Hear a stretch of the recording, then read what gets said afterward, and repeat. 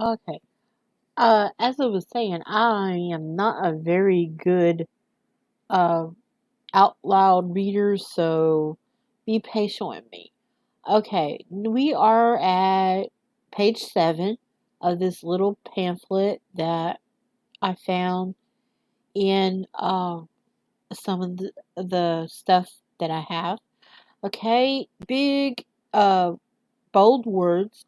It says your certificate and military record. When you are discharged, which I found them of this of Grandpa Paul. When you are discharged, you will receive discharge certificate and the record mentioned above.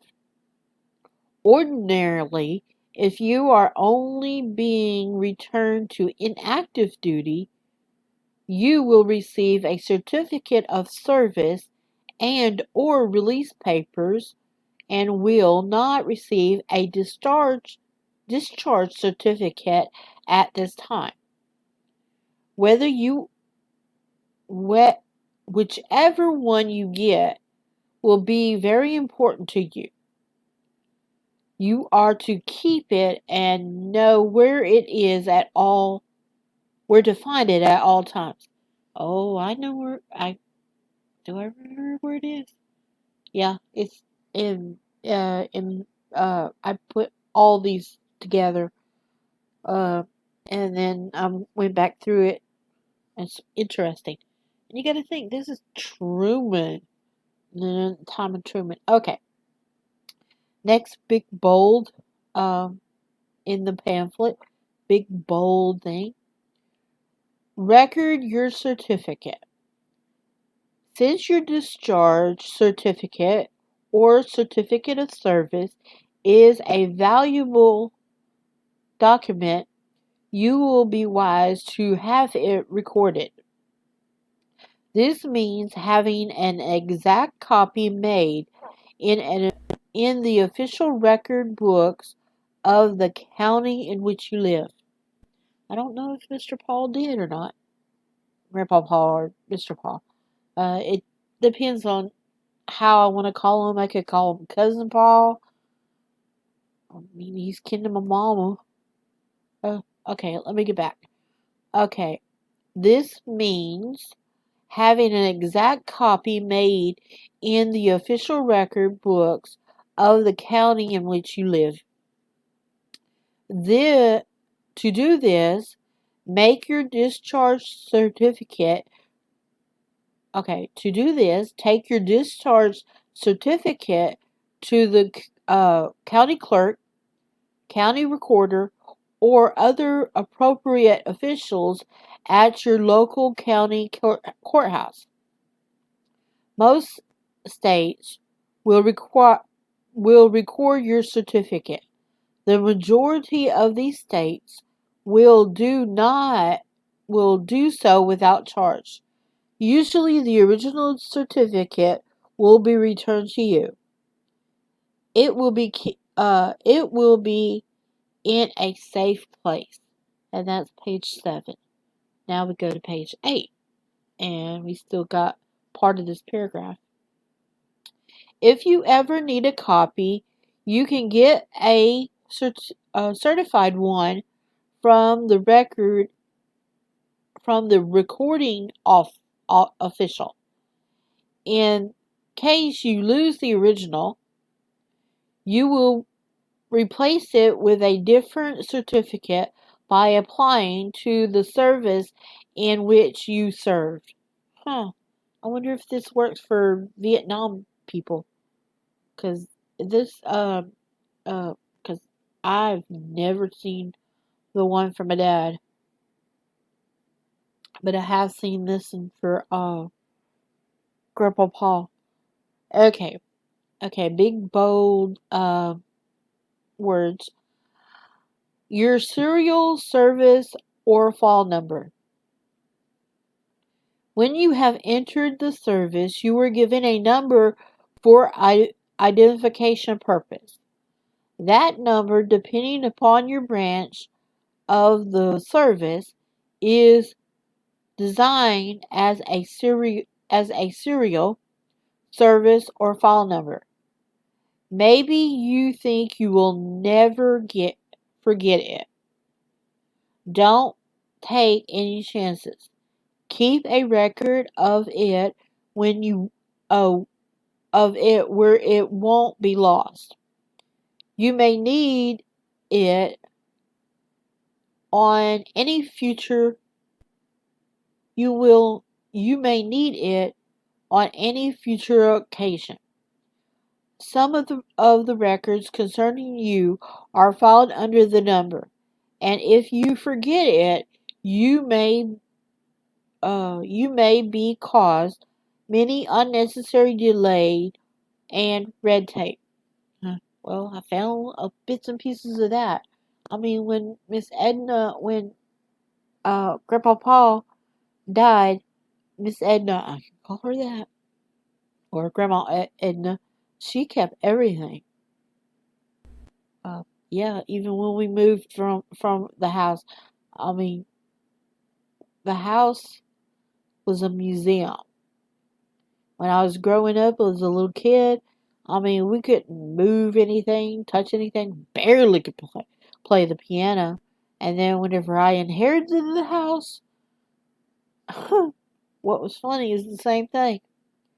Even though it was my house, I couldn't move anything, I couldn't touch anything. I mean, that's what it felt like. Because even though it was my house, but you got to think, mother-in-law, Nita was very liked to keep everything like her mama, a museum type. Okay, let me get back to this pamphlet.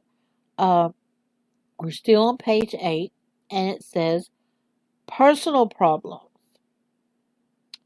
An officer will be found at most posts, camps, and stations or other service installation in the continental United States, who is there to help you and your dependents after your separation from the active military service. He will give you all the information he can concerning your personal problems and rights, benefits, and privileges to which you or your dependents may be entitled. I gotta get this thing because the lines are going crazy. Okay, this officer will also furnish you with information about an agency or organization which takes care of the particular benefits in which you or your dependents may be interested. Yeah, interested. In the Army, these officers are known as personnel affair officers. In the Navy and the Coast Guard, as civil readjustment officers, and in the Marine Corps as rehabilitation officers. Alright, and then it goes a bold line, font. Is that a 1? It looks like a 1. I guess it's the printing. Veterans Information Center. In most communities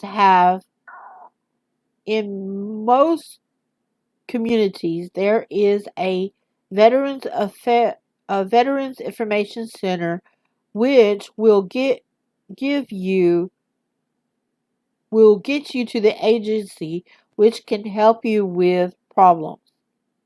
In addition, all local draft boards, United States Employment Service offices, and Veterans Administration office are the Veteran Information Center. And that's page 9. Okay. I hate it when it goes to, my thing goes to, screensaver. It locks, locks it down. Okay. Page 10. Red Cross. After separation from the service, the nearest chapter of the Red Cross will assist you or your dependents on any personal or family problems or will put you in touch with the agency to handle your problem. Okay, and then it goes legal problems, legal assistance. And then it says if you need legal advice or assistance about any personal problem, see the legal assistance officer. I'm doing two things at once. And at your station before you leave for service. Leave the service. The officer will be glad to help you and will tell you what to do about the problem after you are separated from service. Okay, let me try to finish this paragraph before I have this hard stop. Oh, I listened too much to talk radio. Okay, if you need legal advice after you leave the service, consult your own lawyer if you have one. If not, see the Bar Association or Legal Aid Society in your locality. These can usually be located by inquiry at the local courthouse or through agency listed on page 77. Yeah, this little booklet is thick. Okay. You should have you should have legal advice about the following. Your will may not be valid in the state where you take up residence. The witness may not be available, or changes in your family, such as death, marriage, divorce, or birth of children, may require a new will. Your power of attorney made while you were in service should be canceled if no longer needed. Other matters may call for legal advice, such as your taxes or protection that may be protection that may be available for a limited time under the Soldiers and Sailors Civil Relief Act. As to lawsuits, judgments, contracts, repossessions of property, tax sales, evictions, right in public lands, etc. Okay, you are listening to Lore's blog, and I am reading from Going Back to Civilian Life that I found that belonged to my grandpa, well, it's my husband's grandpa, his grandpa Paul, which is actually my mama's cousin. He was an older man. When I remember him, oh, he's actually my husband's adopted grandpa. So it gets kind of weird in there in the family craziness. But I'm reading Going Back to Civilian Life, pamphlet made in February 1946. And I'll Be back in a sec.